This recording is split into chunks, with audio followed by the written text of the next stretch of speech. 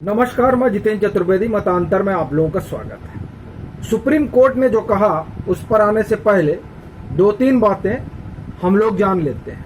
एक तो ओवैसी जो पिछले 20 दिन से परेशान हुए पड़े हैं और वो बार बार वर्शिप एक्ट की बात कर रहे हैं। ओवैसी ही क्यों, वो तमाम सेकुलर गाल बजाने वाले और वामपंथी लोग जो थके हारे हैं, लेकिन फिर भी अब उनको एक मिल गया है वर्शिप एक्ट, और वर्शिप एक्ट पे लेके पूरा ज्ञान उड़ेले जा रहे हैं। जब वो ज्ञान पूरा अपना उड़ेल रहे हैं तो उस ज्ञान उड़ेलने में वो उन बातों पर गौर नहीं कर रहे हैं जो बातें उसी एक्ट में लिखी हुई हैं। सुप्रीम कोर्ट ने उन्हीं बातों पर गौर कराया और फिर जो हुआ वो सुनने लायक। तो हुआ क्या, बड़ा सवाल तो ये है। और अब ये लोग कहाँ जाएंगे, कितने पानी में कूदेंगे, कि चुल्लू भर पानी में कूद पड़ेंगे ओवैसी जैसे लोग, या अखिलेश यादव जो अभी कुछ दिनों पहले कह रहे थे कि ये लोग कहीं भी पत्थर रख देते हैं और उसे मंदिर बना देते हैं। हालांकि इस तरह की सोच जो है वो एकदम ठीक बात है कि अखिलेश यादव या समाजवादी पार्टी की ही हो सकती है। और वैसे भी चुनाव जीतने के लिए तो कोई कुछ भी कर सकता है, जो परिस्थितियां अब इन लोगों की हैं। क्योंकि 2014 के बाद से जिस तरीके से नरेंद्र मोदी ने हिंदुस्तान के राजनीतिक भूगोल को बदल दिया है, उससे इन लोगों की रोजी रोटी तो बंद हो गई है। वोट मिल नहीं रहा है, कोई घास डाल नहीं रहा है, तो वे सोचते हैं कि उल जलूल बयान देकर लोगों को प्रवोक कर कुछ पाया जा सकता है। अब हालांकि आजमगढ़ में कुछ मिलेगा कि नहीं वो देखने वाली बात होगी, लेकिन अभी जो नूरा कुश्ती कर रहे हैं वो उसी आजमगढ़ के लिए कर रहे हैं। फिलहाल हम लोग आते हैं जो सुप्रीम कोर्ट ने कहा उस पर, क्योंकि इन लोगों की चर्चा इसलिए किया क्योंकि जो सुप्रीम कोर्ट ने कहा है उसके बाद तो ये लोग खाना नहीं खा पाएंगे अब, और हो सकता है 2-4 दिन तक निवाला गले से नीचे उतरे ही ना, क्योंकि सुप्रीम कोर्ट ने बड़ी बात कही। सबसे पहले मैं उस वर्शिप एक्ट पर ही आता हूं। असल में जो प्रोसीडिंग चल रही है बनारस कोर्ट में, वो उसी प्रोसीडिंग को रोकने के लिए कि ये बनारस कोर्ट ये कर ही नहीं सकता है। क्या नहीं कर सकता है? वो ज्ञानवापी पर के मामले को सुन ही नहीं सकता है। क्यों नहीं सुन सकता है?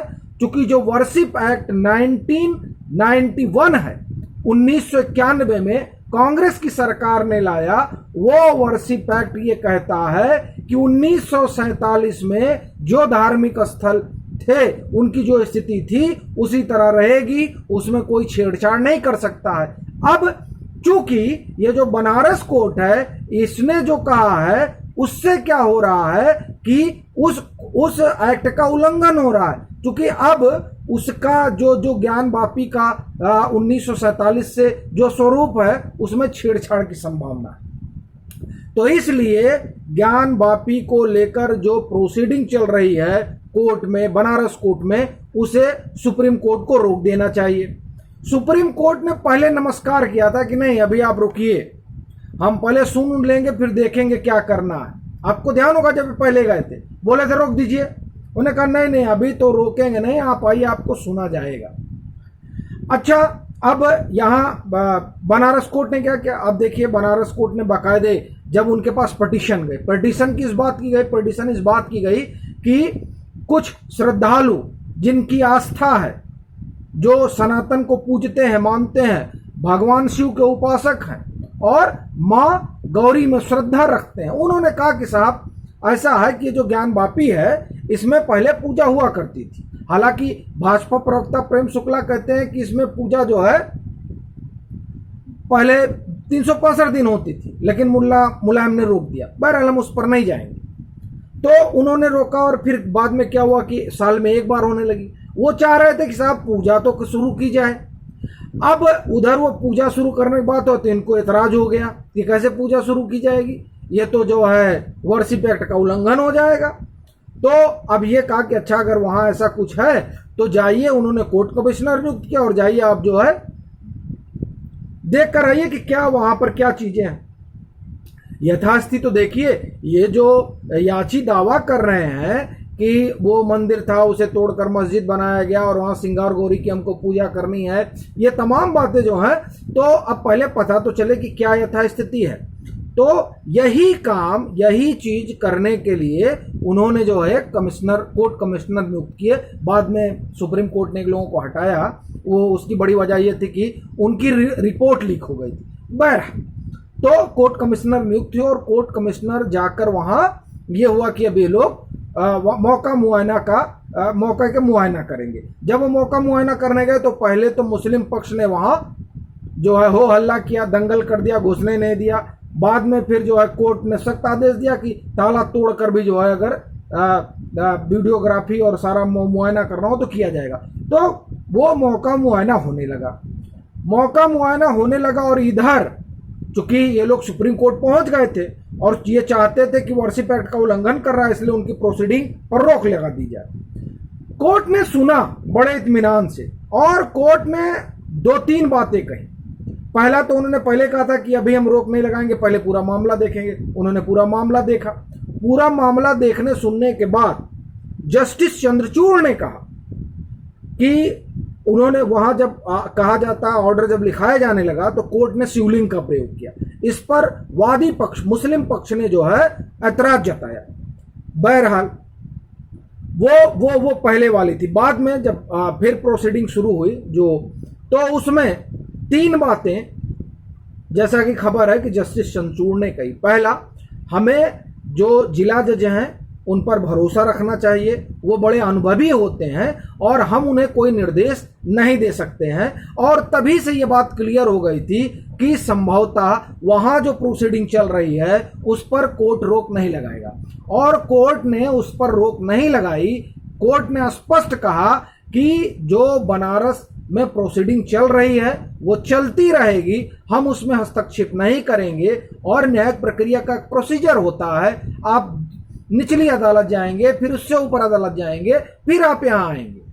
तो कोर्ट ने कहा कि हम लोग नहीं समझते हैं कि अभी ऐसा कुछ होना है वहां पर। और जीरा में एक बात उन्होंने कही कि ये जो वर्शिप एक्ट जिसका हवाला दिया जा रहा है, ये वर्शिप एक्ट का जो सेक्शन 3 कहा जा रहा है, तो सेक्शन 3 में जो बातें हैं उससे एक चीज तो ये भी है कि कम से कम वो है क्या, ये तो इन्वेस्टिगेट करना पड़ेगा ना भाई कि वहां क्या है।